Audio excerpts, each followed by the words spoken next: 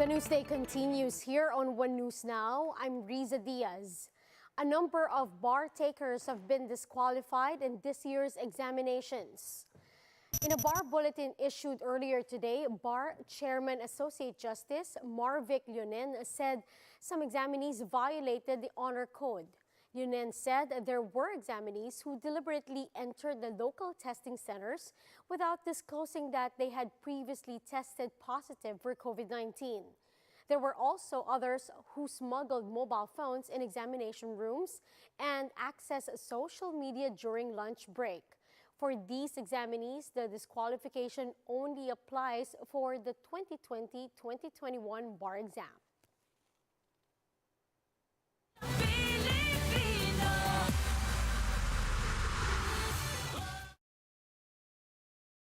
For Senator and presidential candidate Ping Lacson, there should be a holistic approach in combating illegal drugs in the country. Speaking to journalist Corina Sanchez, Lacson slammed the Duterte administration for only focusing on law enforcement against small-time drug users. He said it would be better to stamp out illegal drugs by stopping its supply, as well as focusing on rehabilitation of users. Ang nakakalimutan yung holistic na approach. Meron tayong tinatawag na prevention at saka rehabilitation, meaning demand reduction. Meanwhile, for another presidential aspirant, Manila Mayor Isko Moreno, the law must be observed in stopping illegal drugs. He said he is against extrajudicial killings, but at the same time, he said that sometimes it can't be helped and that even police trying to apprehend drug addicts get killed. We hate drugs. It destroys society, families, individual, future. No?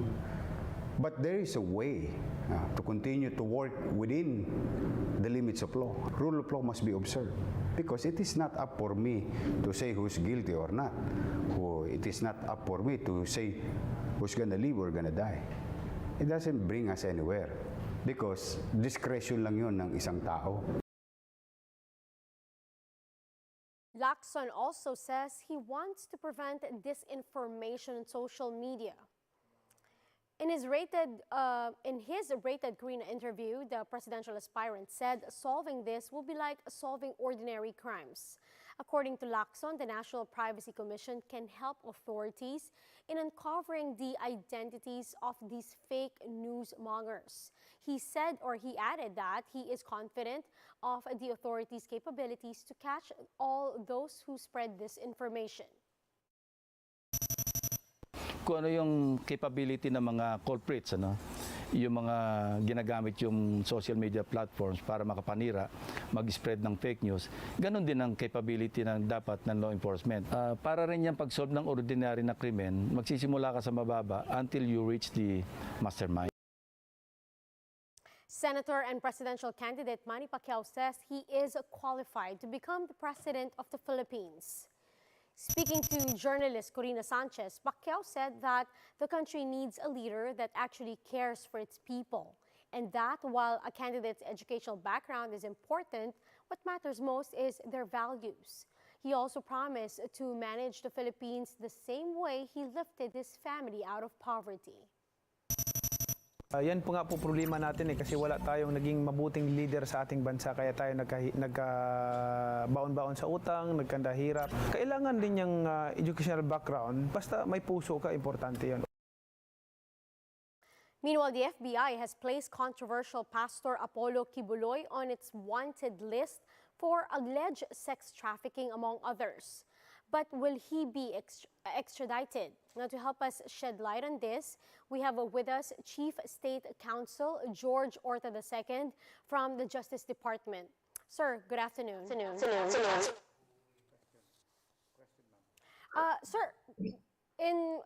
Lisa. Yes. Now, according, sir, to Justice Secretary Minardo Guevara, the U.S. would have to provide an extradition request for Kibuloy. Now, should this happen, sir, would there be a possibility that finally Kibuloy would be extradited? Well, the existence of the request is the start, Riza, no? So it's not simply after receiving the request, he will be immediately extradited because this is essentially a judicial process. So once we file, the DOJ actually files a petition for extradition before the regional trial court. So it is only after the court has determined, with the final determination of the court, that he can be extradited. That's the only time that we will be able to extradite Pastor Kibuloy. So, sir, in a nutshell, what is the process in extraditing criminals? Okay, so it's a formal process, Risa.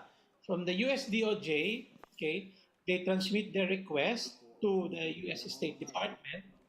The US State Department transmits it to the US Embassy here in Manila, which will transmit it to the Department of Foreign Affairs, our DFA. No?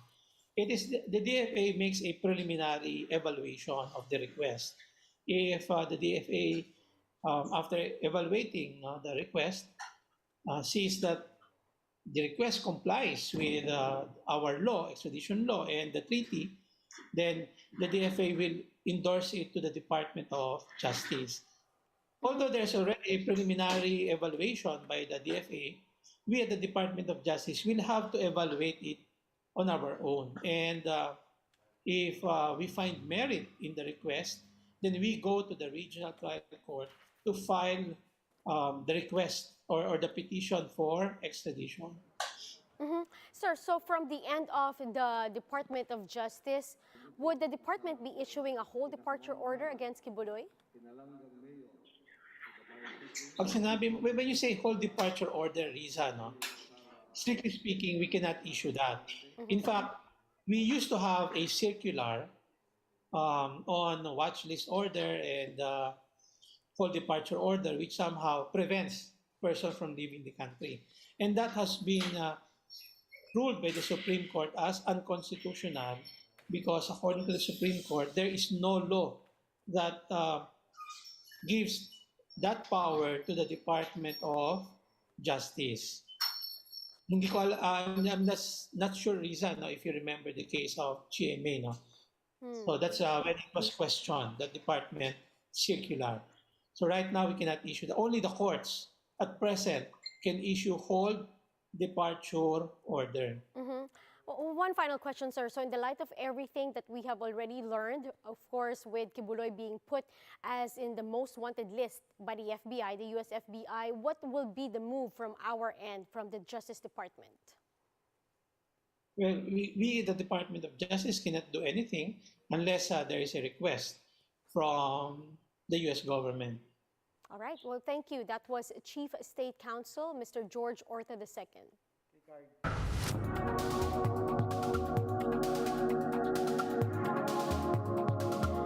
Meanwhile, Finance Secretary Carlos Dominguez says the country's education system is severely affected by the coronavirus pandemic. Meanwhile, Dominguez is also set to meet with credit rating agencies to discuss the country's ballooning debt. Let's watch this. The long-term scarring actually was in education. We had virtually almost 2 years of homeschooling, as it were, online schooling, and I think that is not that's not as good as face-to-face studying and going to school. So I think that is going to affect us in the future. However, we are working with the Department of Education on a catch-up plan to make up for those years of, how would you say, less than ideal learning systems. Secretary Dominguez, before we let you go, I mean, the Philippines has a ballooning debt issue. I'm just wondering whether you've been in touch with credit ratings agencies to talk them against downgrading the Philippines. No, I'm meeting with them tomorrow. Next week. The credit rating agencies next week, and we will explain them. We will explain our situation and our plans, and the achievements that we have made, particularly in the opening up of our economy. You know, this Duterte administration is the first administration that really has passed economic restructuring laws that have been pending for more than 25 years. As I mentioned, the Public Service Act amendments, which opens up investments in public by redefining public utilities as public services. We've opened up investments up to 100% for foreign investors in most of the areas. Our Foreign Service Act amendments are certainly very good, and our retail trade acts are going to attract a lot of investments. This is on top of the amendments to the Rice Tariffication Act that we have. Let's now take a quick look at today's other top stories. Kingdom of Jesus Christ founder and Pastor Apollo Kibuloy has been declared wanted by the FBI, but the Justice Department says it has yet to receive any request to extradite him. Vaccination of children aged 5 to 11 will push through on Monday, despite calls to stop pediatric vaccinations. And today is the second and last day of the 2020-2021 bar exams. And those are the top stories of the hour. Join us later again at 2 in the afternoon as we continue to monitor the day's biggest stories. You can also catch One News on Signal Play app. Register for a free account now, www.signalplay.com, and stream One News live anytime, anywhere. I'm Riza Diaz. Mask on, wash hands, and stay safe, Philippines.